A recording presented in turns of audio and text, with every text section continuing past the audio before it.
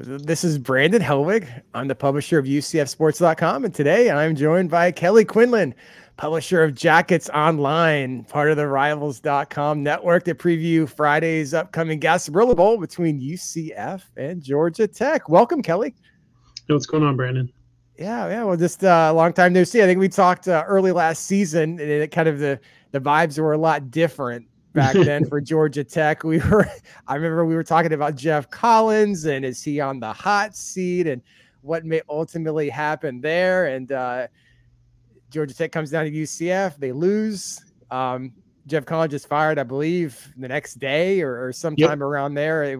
I know he didn't last till the next week. And Brent Key takes over as interim head coach. And maybe at the time, everyone just assumes that, he's an interim coach, he's an alum. I'm sure he'll get an interview, but will he really get the job? They'll probably, hire someone else. But, that was a pretty good finish to last season, and he earned the permanent head coaching job. So just kind of talk me through that, before we kind of talk about the results of this year, just this kind of what's been the reception of the Brent Key hire. Obviously, a homegrown product, played for Georgia O'Leary back in the day, his dream job. So what was kind of the reaction, the reception when Brent Key got the full-time job last year? I think it was sort of a mixed bag, right? Like, I think there were people that wanted to just completely cut ties to the Jeff Collins era and just blow the whole thing up. And that was the Willie Fritz crowd that wanted Willie Fritz. And then there were people that were really impressed with what Brent did. And basically 8 games with, the final 2 games with the third and fourth string quarterback playing and just kind of bodging together game plans. They played Georgia in one of the closest games Georgia had all season as a national champion. So there was a lot to kind of ponder. And at the end of the day, I think he made the most sense for the hire. And fans were kind of slow. And then the season started off so weird, up and down. They would win, loss, win, loss, win, loss. And they lost the opening game to Louisville, kind of blew a big lead. Then they beat South Carolina State. Then they were in a weird game with Ole Miss. And it was just sort of going up and down. And then the last few weeks of the season, they kind of put it together a little bit better. They made some staff changes mid-season, demoted the defensive coordinator, Andrew Thacker, and Kevin Shearer took over full-time in that role. And then it's just kind of been like a little bit of a work in progress as they've gone along. It's been him trying to lay the foundation of his culture, which Brent's really big on as a Saban O'Leary guy. Like, it's, culture, this is how we do things, all of that stuff. And trying to set that tone. And he's done a nice job. The fans are kind of excited. The offense took a huge leap up. It was, maybe the worst in the P5 last year. And they were top 30 this year, or around 30. Huge leap there. Defense is pretty awful. And there's a little bit of a mirror game here. You have UCF and Georgia Tech, both 2 teams that have struggled at times on the defensive side of the ball, but both have the potential to score a lot of points. So it's going to be very interesting. And I joke about taking the over and all that, but we know in bowl games this could be like a 17-14 game too, because you just never know with a bowl game. So, but yeah, it's been an interesting ride. Brent's a Georgia Tech guy. He has had a plan upon plan upon plan for all of this stuff. And when he got his opportunity, he's not taking it for granted and trying to do whatever he can to win. And when you're coaching your alma mater, there's that extra layer of motivation too. Yeah, being a Tech man, I mean, how did that resonate with the fan base? Because I got to think that, a lot of people are rooting for him, and I'm sure he had a lot of supporters to get the job. But the fact that he's a Georgia Tech guy and just not someone that's looking at it like a stepping stone type job, I mean, did that resonate a lot with the GT fan base? Yeah, and there's political support, all of it. Like, it went way beyond like what you would normally imagine. It was like, from the governor's office down, people wanting Brent to be the guy. Like, there was a lot of support behind him. And it was surprising for Tech fans a little bit. It was interesting because once people saw like how impassioned he was, how hard the team played with him as the interim coach, and then seeing how they played in games this year, playing Georgia super close, upsetting multiple teams. I think they're they're like 4-0 on the road against AP top 25 teams in the ACC. Like, Just weird stats like that. They play really well on the against teams, and I think that's created a lot of excitement. And the team's like fun to watch again. Like the product's pretty decent, even though the defense still has a long way to go. So I think that overall the fans are pretty fired up about Brent. It's not like, it would have been sexier to go hire Deion Sanders or whatever, but that guy's not going to work at Georgia Tech. You and I both know that. Like, no. That guy works in certain places. This is not one of them. So, aside from that, and they tried that with Jeff Collins and it backfired. So I think they went and hired sort of the opposite, like a guy that's going to be very fundamentally strong and very organized, very detail oriented, and not afraid. The one thing that I'm impressed with Brad is like he's willing to like own up. Like he talked about what a terrible offensive coordinator he was at UCF, and like never wanting to do that again, and understanding what his shortcomings are. And he went and hired former coaches to be around him on the staff, former veteran guys that maybe are like semi-retired now, like to help him with some stuff. And obviously O'Leary's around quite a bit too. So he's in Lake Oconee down the street. He comes around all the time. And he's able to kind of lean on his network of people to help him get through his own shortcomings as a head coach. So how has this season kind of been characterized? I know you talked about the ups and downs. I remember watching that, season opener against Louisville. I'm like, wow, Georgia Tech's got a big lead. This is going to be a big win for them. And Brent Key, Louisville's, pretty decent. And Louisville comes back and wins. You unfortunately had to play Ole Miss, a team that, they'd be in the playoff this year. If it was a year from now, they're really good. Obviously you have to play Georgia every year. So those were 2 automatic losses. You lose the Bowling Green, which I don't think anyone would have expected. Then a week later, Georgia Tech beats Miami. I know that's kind of an infamous game and just kind of how Miami lost it. But just how did fans, how they kind of characterize this year? Because there's been some kind of highs and lows. And before you know it, you're like, hey, 6-6 and first bowl game since 2018, which honestly is pretty successful in year 1 under Brent Key. Yeah, I think, when they looked at everything, it was like, and the thing that I mention a lot, and this is something Brent talks about too, progress is not like a straight line, right? It's not linear. It's a thing that moves up and down. And they had a lot of growing pains. Haynes King, their quarterback, they sort of played as well as Haynes King played most of the time. Defense wasn't good enough to carry them this year. They carried them at times last year. And so, when he played poorly, like the Bowling Green game, and turned the ball over, then they lost. And that was sort of what was going on. They ran into a little bit of a bad matchup with Boston College. They had some trouble with running quarterbacks for a while. They started to sort of figure out their linebacker position. That's gotten a little more stable now. And, the games they lost were they were in most of them. Really, Clemson game's the only game that really got away from them. And that was a game where Haynes King threw like 4 picks. So, I think they have an opportunity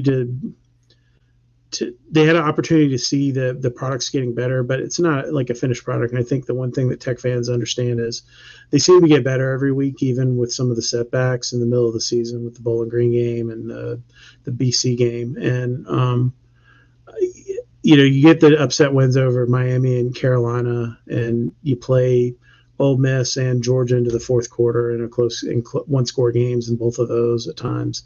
Ole Miss game got away late from them, but it's going to be an interesting season to look back at and see what it's building. But I think fans are excited about what they've seen so far from Brent without even like having a full recruiting class or any of the normal stuff you would have. You talked about the offense taking a big step up this year. Just kind of talk to me about that. Is that mainly because the quarterback Haynes King coming in, transferring from Texas A&M and leading things? Is it the offensive coordinator and his system obviously has a lot to do with that? What would you kind of say was the biggest reason, the offense took a big step up this year? I think Haynes King was a big part of it. I think the other part that's overlooked by a lot of people outside the program has been the offensive line. And that was the big challenge that Brent Key had coming in to replace the triple option with Paul Johnson when he came in with Jeff. Was the offensive line was not really set up for what they were trying to do. They tried to bodge things with a lot of what were early portal type guys, grad transfers and stuff that were, like sort of average P5 guys, like nothing that would move the needle enough. And they had, you know, the typical attrition that you have on offensive line. It's hardest position to recruit in college football and develop. So now all of that's kind of come to fruition. They have a line that played most of last year, most of them back, and that created sort of the backbone of the offense and allowed Haynes King to relax, allowed them to be able to run the football in some games. And Buster Faulkner, to his credit, the offensive coordinator, did a great job. Jeep Wade, his O-line coach, who had been with him before, those two guys really upped the level of things. And I think that made a huge difference in how they played and ultimately what, you know, the season they had at Georgia Tech, because, you know, they found a way to move the ball, to function offensively at a high level, to hit big plays. They were really inconsistent. They were not a team that was going to go on a 17-play drive and beat you. But they were going to hit some explosives. They were going to hit, you know, score on a 5-play touchdown drive, hit one big play, set the thing up, and then go in and score. And the one thing the defense did well this year is they're really good at takeaways, and that would give them the short field or put them in opportunistic situations with, you know, quick change, and they'd strike on that. So those are the things that were kind of like the backbone of why the offense was successful, and it made huge strides. I mean, they were god awful really the whole time Jeff Collins was here, and now they're, you know, one of the better offenses in college football, and they have everyone back. That's the interesting piece about all this is next year they lose their right guard. They replaced him with a guy from Middle Tennessee State in the portal, so they'll have their entire offensive line back and all of their skill guys minus Dante Smith, who's the number 2 running back. So that puts them in very good shape for next season as well. Yeah, tell me a little bit more about quarterback Haynes King. Obviously transferred in from Texas A&M. What makes them a successful quarterback in this system? What are some things that he does well? Are there some things he needs to avoid if he wants to have a good game? I know you mentioned the turnovers and some of those losses. Yeah, you know, he's one of those guys. I guess I'll start with the bad. He has a tendency to lock into where he wants the ball to go. So not trusting his progressions as much, and he'll get really excited about a play call, like they'll have a vertical called for the freshman wide receiver Eric Singleton Jr., and he'll lock on. He'll force that ball into double coverage sometimes, and miss a wide open tight end in the seam or whatever. Like those are the plays that he needs to improve upon if he wants to play at the next level. What he does well, great speed, great runner. When he wants to run, he runs really effectively. At times he's a little bit it forces the ball a little bit too much, like to try to make the throw when he can pick up the first down and just run to the sticks. Like some of those things, but very good on his feet, very good throwing on the move as well. And he has a great arm, nice touch on the ball, sees the field well. The team responds to him. He's also very calm. Like at the end of that Miami game that is now infamous, like he walked out and was cool as a cucumber. Like he had played a that was his worst game of the season, probably, that Miami game, and playing with the wet football and weird conditions in Miami. And he comes out and just marches them down the field and kind of an improv play scores that touchdown to win the game to Christian Larry. So, yeah, I think that he's just sort of a gamer, man. You know, that's what I would say about him. And then the college level, you can win a lot of games with one of those dudes.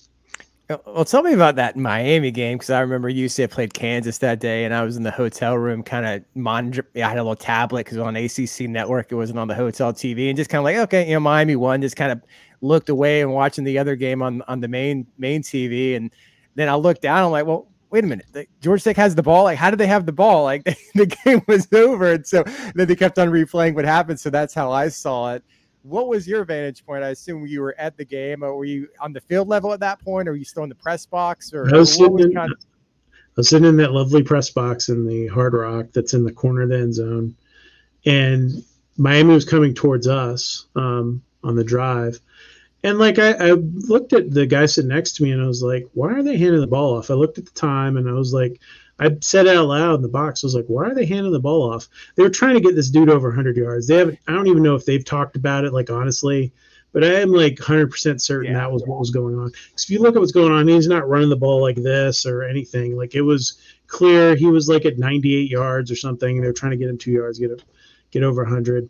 And there's a funny clip of like one of the guys on the sideline yelling at the OC and Mario Cristobal to take a knee like before that play happens, they had it on the cut, and you hear, I think it was Matt Hasselbeck or whoever, Tim Hassel, whichever one of them was doing the color, like, hey, why are they not taking a knee? You know, like, and as soon as I saw them running a play, I was like, oh my God, they're gonna like fumble this, aren't they? Because like this is the dumbest decision you could make in this situation as a coach. And sure enough, it turns out he had done this before at Oregon. Like that's the craziest part of it, against Stanford, and lost a game to Stanford. Like, so it wasn't even the first time this dude did this. And when they got the ball back, I thought Tech was going to win the game, because I was like, there's no way. Like they have just sucked all of the life out of their team by fumbling the football there. I was like, they'll figure out some way of scoring here and win this game. And sure enough, they did. It was pretty hilarious. Like, it was one of the few times in my life where I've heard like the press box go crazy, like, and just people being pissed, like, because there was a lot of Miami writers are having, you know, it was an 8 o'clock game, like it's midnight, they're all trying to get their stuff done, and just being furious like that this happened, because they had their stories done, like it was buttoned up, they had won the game, they had 10 minutes to sit there and write the final, and they all had to trash everything they wrote. And the only other time that ever happened for me was what they call like the miracle on Techwood, where they blocked the field goal against Florida State, and one of the Austin twins returned it for a touchdown to beat Florida State in 2015. Unlike and broke the Aguayo, is his name, the kicker from Florida State, that like they'd been like all American or whatever. But that was only other time also where I've seen people stand up in the press box and be like, you know, what the hell? Even like really seasoned dudes like be like completely shocked by what happened. But it was funny. I remember my reaction to it was to just laugh out loud, because it was so absurd what was going on. I was just like, oh my God, this is ridiculous. And I never thought I'd see multiples of like one of these once in a lifetime things, but sure enough, we did. And it was Christian Leary had the game-winning touchdown, yes, right, for Georgia Tech. And for UCF fans, he's a local guy from Orlando. He was committed to UCF to transfer a year ago, and then he flipped. I think maybe it was after the bowl game that UCF played, and he flipped to Georgia Tech. So, what kind of season has he? I think he was third on the team in receiving maybe this year. Is he kind of like a third option? He's played both, mostly been the number 2 slot guy, and then played some outside receiver for them. And he's been a pretty consistent option for them. He's also their kick returner, and he's had a pretty good year. He's, the thing with Larry, and this is what kind of failed him at Alabama, is he's not a plus hands guy. Like, he will drop a ball here and there, but he's really dynamic, can make plays. When he gets the ball, is very effective. And obviously, in that instance, he was able to just run past some coverage with a simple like double move, like. And, poor defensive design.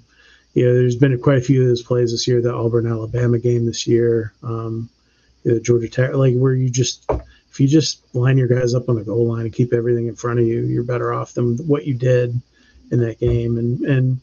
But yeah, Christian's had a pretty decent season for them. He's been very, very consistent. Him and Malik Rutherford have split time. They replaced Nate McCollum, who went to North Carolina, and Nate kind of had a rough year there. So that was an interesting kind of trade-off for them. So we've obviously talked about Haynes King as quarterback. Who are some of the other guys on offense to watch in this game? Is most everyone, to your knowledge, playing? Are there opt-outs, or any guys maybe that hit the portal that were starters during the season? What kind of, how does the offense look going into this one? So offensively, they really haven't had much happen.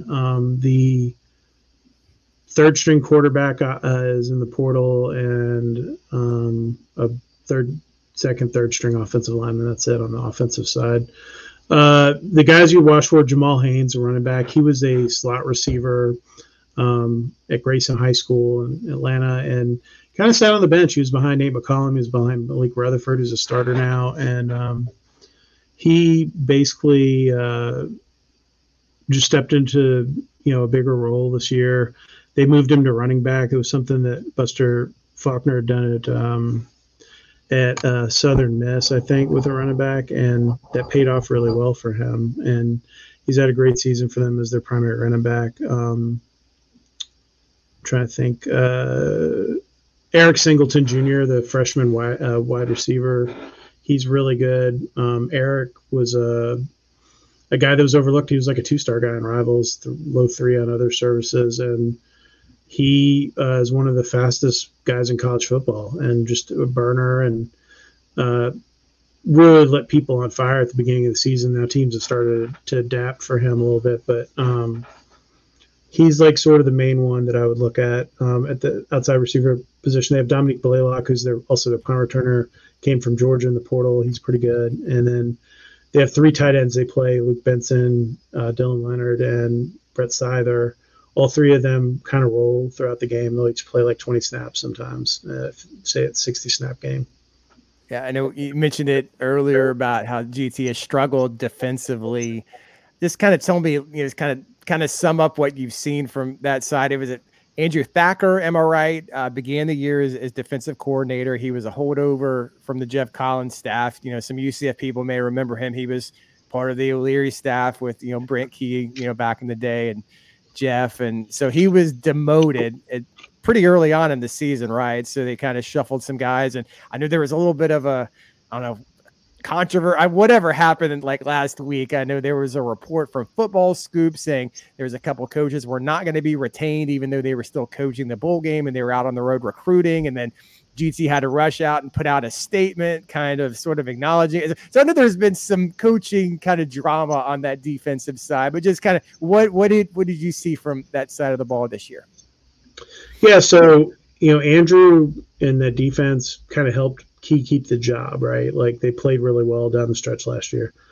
So Brent interviewed a lot of different people and decided to keep Andrew Thacker. He brought in Kevin Shearer, who had been in the NFL, was on Georgia and Bama staffs in Tennessee, and made him the co-DC. And then Shearer ended up taking over middle of the season after the defense struggled.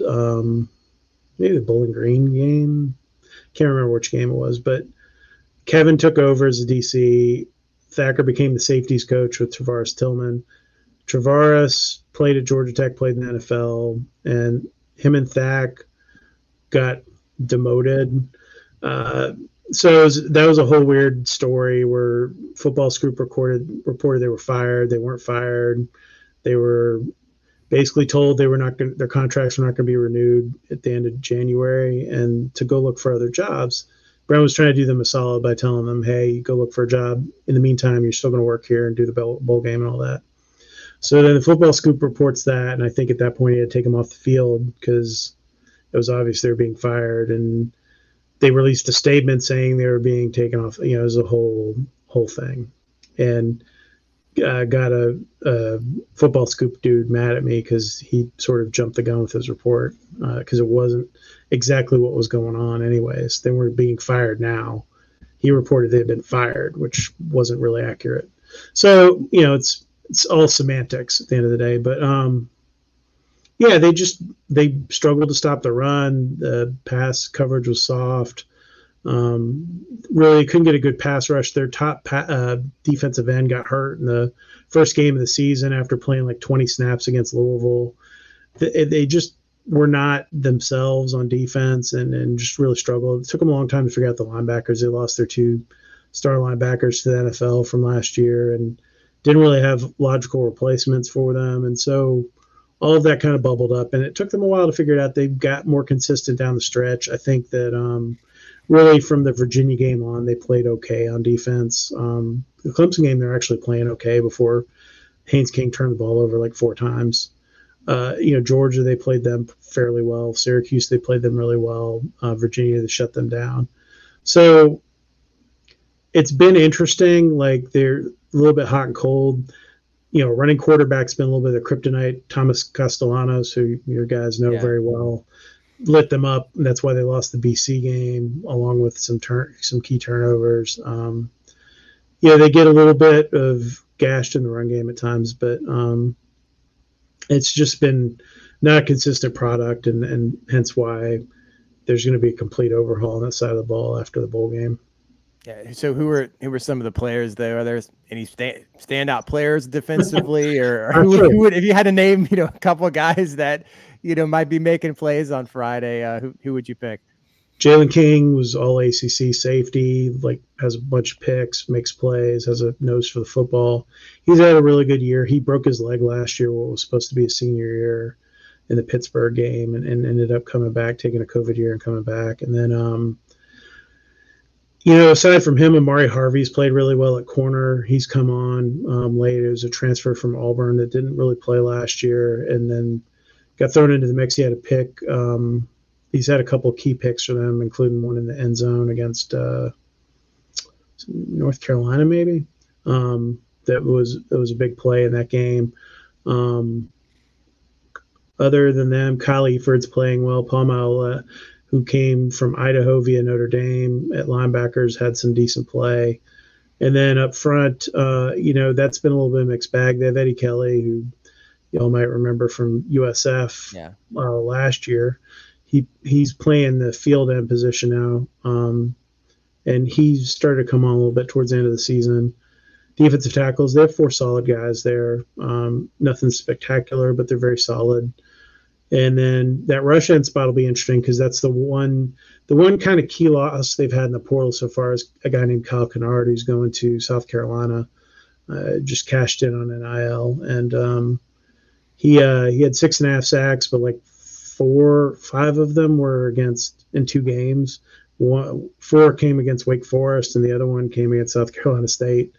So it wasn't like he was lighting the world on fire either. They have a little bit of issue with consistent pass rushing, getting sacks and stuff, but they do have a nose for forcing fumbles and picking balls off. So if the ball's in danger, it can get interesting, and that's obviously something fascinating for those of us who've watched UCF play some games, especially late at night on TV over the last few years with Gus, is that there have been some games that have kind of gotten away from that reason. So that's where I think it could get interesting. I think whoever's in the plus on the takeaways in this one probably wins it. Exactly. So you mentioned, NIL and portal.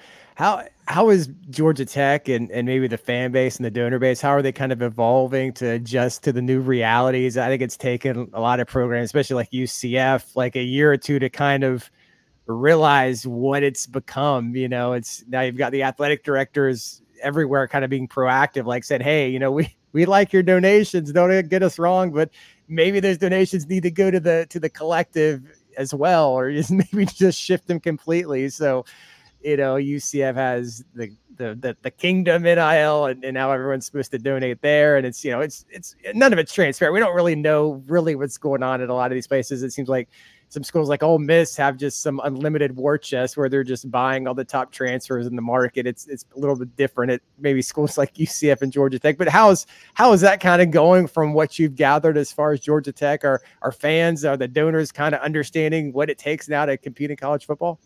Yeah, I think they've understood it. And the way I've equated this, and without naming names, is the teams that you're seeing being very aggressive in NIL were ones that were spending money under the table before, right? And the money's now just over the table. It's more legitimized. The problem for them is the numbers have gone up, so you have to get more because everyone's driving up prices, right? And there was a kid that I know really well that played at a school I may or may not have covered that just got in a bidding war between 2 schools and got himself like extra $100,000, where he was a player maybe worth like $50,000. He's getting $150,000, and the reality is the numbers are way off from like what you see like On3 or these different companies put out. Like they're so massively inflated that you could almost take a zero off a lot of them. Other than like the elite quarterback and an elite pass rusher or D tackle or something, you're not going to see huge numbers, but it adds up, right? And so everyone's got to have a couple $1 million budget if you want to be a P5 school and compete in this. And Georgia Tech's gotten there. It's taken some time. Like UCF, they were unsure kind of they were trying to do it in a legitimate way to start with, getting companies and doing all of the stuff you're supposed to do. And they had all these like team-wide NIL deals and all this stuff. And a lot of that's gone to the wayside. Like the reality is it's sort of a pay-for-play system. And the way Brent Key does it is everyone's, allotted a spot around the roster, right? Like 1 through 85. and certain players are marked for certain amounts of money. And so it's a tiered system. They know it. They're very transparent with the kids about where they stand in it, and that's how they choose to do it. And they're not really paying a lot of high school kids or doing that stuff. He's preferring to reward performance over potential, right? So that's their way. They've adapted pretty well. The AD is doing the same thing that your AD is doing, where he's going around and telling people to give their money to that, and they'll use TV money and stuff to backfill, the gradual increases they get or whatever. Use that to backfill the $1 million or $2 million they lose in donations or whatever it is. And so that seems to be working okay. It'll be interesting to see. Like, I've talked to friends who cover Georgia and people that are boosters at some of these other programs, and like Alabama, and there's a lot of money fatigue from those guys because they're getting hit really hard now. And so it'll be interesting to see if there's like a market adjustment as this kind of goes along, as there's a lot of bad money being spent. Look at what A&M's done, right? Like, how much sunken money did they lose, like, over those recruiting classes where all those kids are gone now? Like, so it just doesn't make a lot of sense when there's no there's no contract in place. It's like, as far as the pros go, you sign someone to a deal. They don't leave, the next year potentially. I mean, they can't, be a free agent every single year. So I am kind of curious. The market will probably have to come down. I mean, I think the numbers I've heard, if you're a Power 5 program, to be somewhat competitive, you need at least $3 million. You feel a lot better if you have 5 million. And then the blue blood type programs have 8, 10 plus million per year for football. So, and there's some that are like, they can't even spend their money. I have a friend that's high up at a marginal SEC school, right? And they cannot even spend their money. They're like having to go sign ridiculous players, like to even spend the money they have, because they have so much like NIL money because of the way they structured all their stuff, because they have so much TV money. So like they're like, getting in these weird bidding wars and pissing off Alabama and Georgia and all these other teams. People could probably figure this out if they like did a little research what school I'm talking about. But it's when they kind of came out of the woodwork in terms of who they're signing in this cycle and who they're getting in the portal. But it's it's interesting to watch all this play out. And my favorite is that this is all intentional by NCAA, because they do not want these kids making money. So they're intentionally screwing everything up by putting in no regulations whatsoever. And so they put out this ridiculous proposal the other day where they're going to have this super conference or whatever with cap salaries that are literally a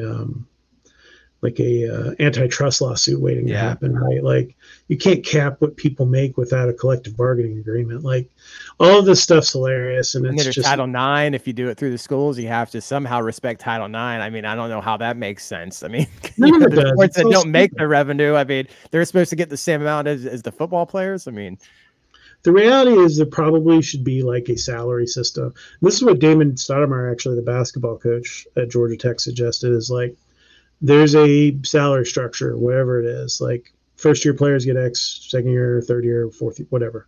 And there's a bonus structure based on the maybe aggregation of the recruiting services, right? Like, of where the rankings are. And you get, maybe if you're in the 250 or 300 or whatever, you get a certain amount of money as a signing bonus, right? And then everyone else gets like whatever a signing bonus would be. And then you have a tiered system, and then there are kind of like a draft where you have different slot values, but and then you have a contract, right? And the way I've thought about it is maybe it needs to be like how they do college baseball, where it's like you can't leave until you're a junior without sitting out. Like you can't go into the draft, in baseball without. If you don't go out of high school, you have to wait until your junior year to go out after your junior year. Maybe that's how you fix this. I don't know. Like, there has to be some kind of control put into place, though, because right now this is just, it's absolutely mind numbing for everyone involved. It's bad for the kids. It's bad for the coaches. It's bad for the families. You have people with the wrong agendas leading kids into weird positions.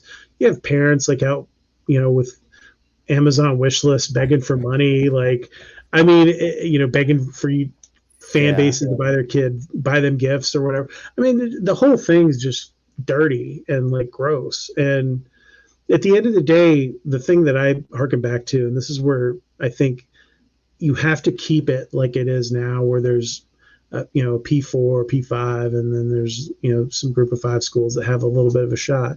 No one wants to watch minor league football, right? Like no one's watching the G League, no one watches minor league baseball, no one watches minor league hockey unless they're going to those things in person, right? Like they're not watching them on TV.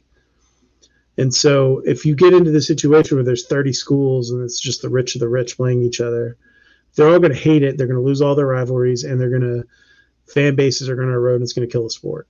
So they got to figure something else out. Like this is stupid what we're doing right now. Yeah. I like what Chip Kelly said. I mean, I don't know if it's realistic or feasible, just because if you're the SEC or Big Ten, why would you give up what you have? You got it pretty good. Why would you want to, bring in the ACC and Big 12 and, I don't know, but just like massive TV deal like they used to have, where it was like, this is the TV deal for the group for the P5, and this is the G5 TV deal, and it would make more sense if you did things that way and realign the conferences back to geography and natural rivalries. I mean, I think all of us would rather. I'm sure you would rather go to Florida State and Miami and those places instead of traveling to. It's crazy. It really doesn't make any sense whatsoever. I was going to ask you. I didn't know if I want to keep you. I know you got a plane to catch later, but how do Georgia Tech fans feel about where the ACC has gone? I mean, I looked at your schedule for next year. I don't think you're playing Cal or Stanford. No, they got 2 years before they get into the weird teams. But that's kind of nuts. I mean, kind of understand why the Big 12 did what they did, but the ACC, I don't know, didn't feel like they really had to. But I don't know. I guess there's varying theories of why they did that or rationale. I think it goes back to the grant of rights stuff and trying to keep everyone locked down. So the dirty secret that. And if you really talk to someone that knows what's going on at Florida State or Clemson, people who've actually read these contracts, all those teams are stuck, right? And ESPN, who runs the SEC, is not interested in paying more money for Florida State and Clemson. So they're not going to do anything. They have them locked up for many years now, like through the end of the decade at worst case scenario. So there's nothing there. The Big Ten is interested in North Carolina, Virginia. I don't think they're very interested in Florida State. So there's nothing going on there. So the ACC added more teams so they have enough votes to keep things locked down. Those teams were desperate, so they're willing to take less money to come in. To me, it doesn't matter. I'm perfectly fine getting on an airplane, going to Stanford every couple of years, or going to Cal. I like going different new places for the first time. There are far worse places I've been in my travels, Shreveport, to go cover something. So, to me, it's, I've covered games in Murfreesboro, Tennessee, and like I said, Shreveport, pretty much all kinds of places. So, like, I've been to a game at Tulane Stadium, to me, it's not a big deal to get on an airplane. It's easy to go to Dallas. That's nothing. Going to SMU, and then it's not hard to get a flight from Atlanta to San Francisco or to San Jose or whatever and drive over and go cover a game at Stanford or Cal. And so it is what it is. People are going to bitch because they like to about this stuff. But my feeling on it is that they did what they had to do. I think that, the reality is maybe you would have a better conference if you picked the best of the Big 12 and the ACC and mash them together. But again, you don't have what makes the Big 10 so good, draw so well, is how huge those schools are, right? And so you can't really match that with the Big 12, most of the Big 12, what's left of it, and the ACC and what's the main schools there. So I don't know what you make out of all of it. And the reality is too, if you're Florida State, man, you're about to see what's happened. So I grew up a Texas Longhorn fan, right? My parents went to school there. And I think they're in deep trouble in the SEC. I don't, those, they're, if you start losing 4 or 5 games a year and you're not in the playoff because of that, what do you become? You turn into A&M, what A&M is right now, right? And so, which is why I think they're not going to go to 9 games. They're not going to go to 9 conference games because that's just another guaranteed L for a bunch of teams. Well, so and that's the other thing with with ESPN too. And this is the other, like I said, ESPN doesn't want to spend money. They blocked the SEC wanted to go to 9 games and they blocked it. And so that's why they're not in 9 games. They didn't want to pay for another game because it's way more money they have to add to that contract. And I think when the next TV deal comes up, it's going to change everything, because it's going to be where it gets interesting to me is if I'm the AD at Alabama or the president of the school or whatever, why am I paying Vanderbilt the same amount of money that I'm getting paid? Like, why are they getting, when you can literally will be able to see the tangible numbers from streaming and all that of what, literally how many people watch a Vanderbilt football game versus an Alabama football game. And it's same in the Big Ten, Northwestern and Indiana football and Illinois and Rutgers and Maryland. All those teams are going to be in trouble if we keep going down this path. So I do agree that something's got to give here, because everyone wants a leg up on someone else, and that's why we've been driven into this. And the reality is, what's funny about it is, Brandon, the ACC really started it, and when they went and broke up the Big East, and that's sort of the crux of what happened. And then, everyone sort of paid a price that hasn't. If you're not good at the right time, right? Look at your school, right? Like, they jumped USF at the right time, and then we're able to parlay that into getting into the Big 12 while USF's relegated to basically what was Conference USA now. Like, exactly.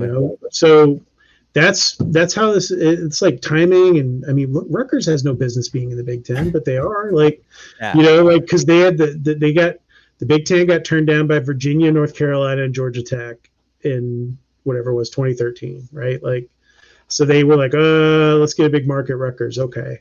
So they got in the Big Ten with Maryland.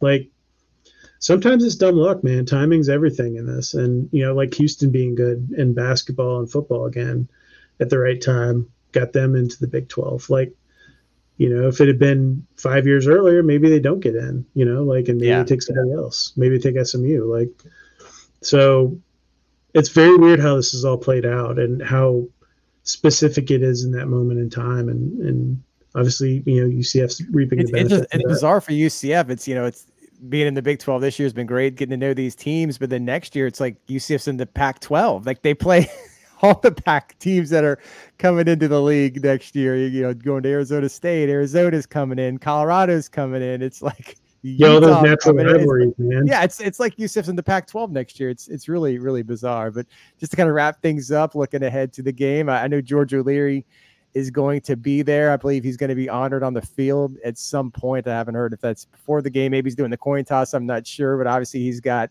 member of both schools' Halls of Fame. So just kind of looking at the matchup for Georgia Tech to do well and to win this game. What needs to happen?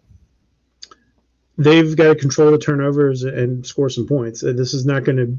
I don't envision this being a defensive struggle. So I think they need to be able to move the football and hit some plays and score and really sustain drives on offense and not give up momentum to UCF, who can control the ball a little bit and score points too. And that's where this will get real interesting to me. Like, and the one X factor in all this is, haven't done this forever, is like, you never know what's going to happen in a bowl game. It's so random, like how teams show up and who cares and who doesn't and how they play and how loose like a coaching staff is and like how much they're willing to gamble. And that's where it gets interesting, because my vibe reading this is like Gus is taking this like super seriously. And I get the complete opposite vibe from Brent Key, who's been like all about trying to close out his recruiting class, and they barely talked about the game. And it makes me wonder like how that plays out in a game, because UCF has way more to lose in this, in my opinion, than Georgia Tech. Georgia Tech's just happy to be back in a bowl game, right? This is a home game basically for UCF. Like, and the stadium's gonna be more their fans, and Gus is, got to start creating the right narrative there as it transitions in the Big 12 and the schedule got a lot harder. So how does that all play out? It seems like the pressure's on them. So that's where it gets weird to me. I have no idea what to pick in this game. Like, I looked at the over-under, I looked at the spread. I was like, I wouldn't touch this with a 10-foot pole. Like, no thanks. Like, I guess I'd pick UCF to win just because it's, like a home game. And we're not totally sure who's playing for UCF. I mean, we haven't. Everything's like there's some skill players offensively that We think maybe they're coming back next year, but they could go to the draft. They can still go to the portal. The portal's still open. Are they going to play in the game? Are they going to have maybe like, is there like a hamstring problem and they're just going to like sit it out? We don't know. Like that's been pretty much on lockdown. We haven't had the opportunity to ask. Maybe we'll find out tomorrow when UCF arrives in Tampa and Gus Malzahn is asked about player availability. But so there's a lot of questions of who's going to be available and who's going to play. Yeah, unfortunately, they're not doing the open locker rooms here. Like, that would have been cool.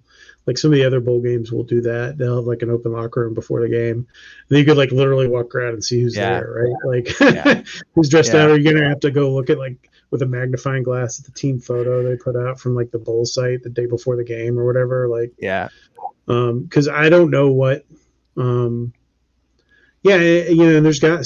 one or two guys I'm kind of curious about Georgia Tech, like, where are they at? But I think the majority of their guys are going to, like, really everyone other than the two that went in the portal on defense are going to be there. So, like, I think Georgia Tech has more of their team probably available, and they're probably a little bit healthier. So what is that? I don't know, man. Like, and this Georgia Tech team's been so weird this year. I could totally see them winning, and I could see UCF winning. And, like, I have no confidence in picking either team in this game. Yeah. Last thing, how's a fan base kind of looking at this? Are they excited? Are you expecting a big crowd? I mean, it's the first bowl game since 2018. I know it's kind of a more difficult date. Christmas is coming up in 2 days later. So you think there's going to be a big crowd? Or people traveling? What's your what's the message board saying about attending this game? There's a decent crowd coming. There's a decent amount of people that want to come see the game. I think they were more excited. Originally, they were going to go to the Birmingham Bowl and the Gasparilla Bowl, I guess.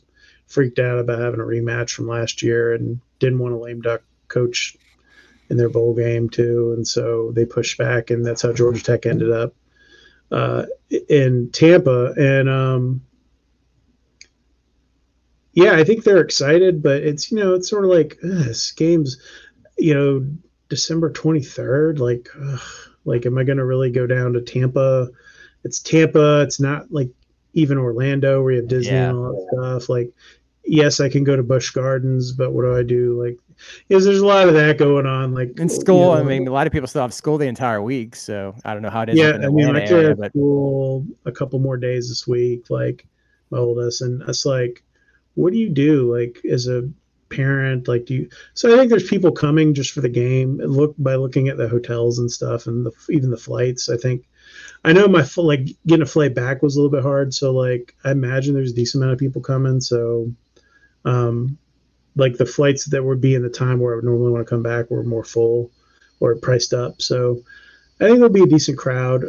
I think it will be like more like a UCF home game. So that'll be interesting, but it's Ray J. It's a big stadium. Like, even how many UCF fans want to drive down I-4 to go over and watch? Yeah, traffic is hell. 2 years ago when UCF played in that game, I think it took people like 4 hours. Seriously, like, the traffic just was completely stopped, like around Disney and holiday traffic, and a 2-hour drive took like 4+ hours for some people. So it's not going to be fun. People driving down on Friday trying to get over there by 6:30. So yeah, I just think that if I'm betting, I think it'll be an okay crowd. It'll be like, it'll be sort of like one of maybe like the UCF USF games or something there. Like, decent crowd, not full, but like a lively environment and decent amount of Tech fans, but outnumbered by UCF fans. That would be my guess. All right. Well, I appreciate it, Kelly. Thank you so much for your time. I always enjoy talking to you about Georgia Tech and everything surrounding the Yellow Jackets. And I will see you, I suppose, in Tampa on Friday night. Yes, sir. See you, Brandon. Take care. Thanks.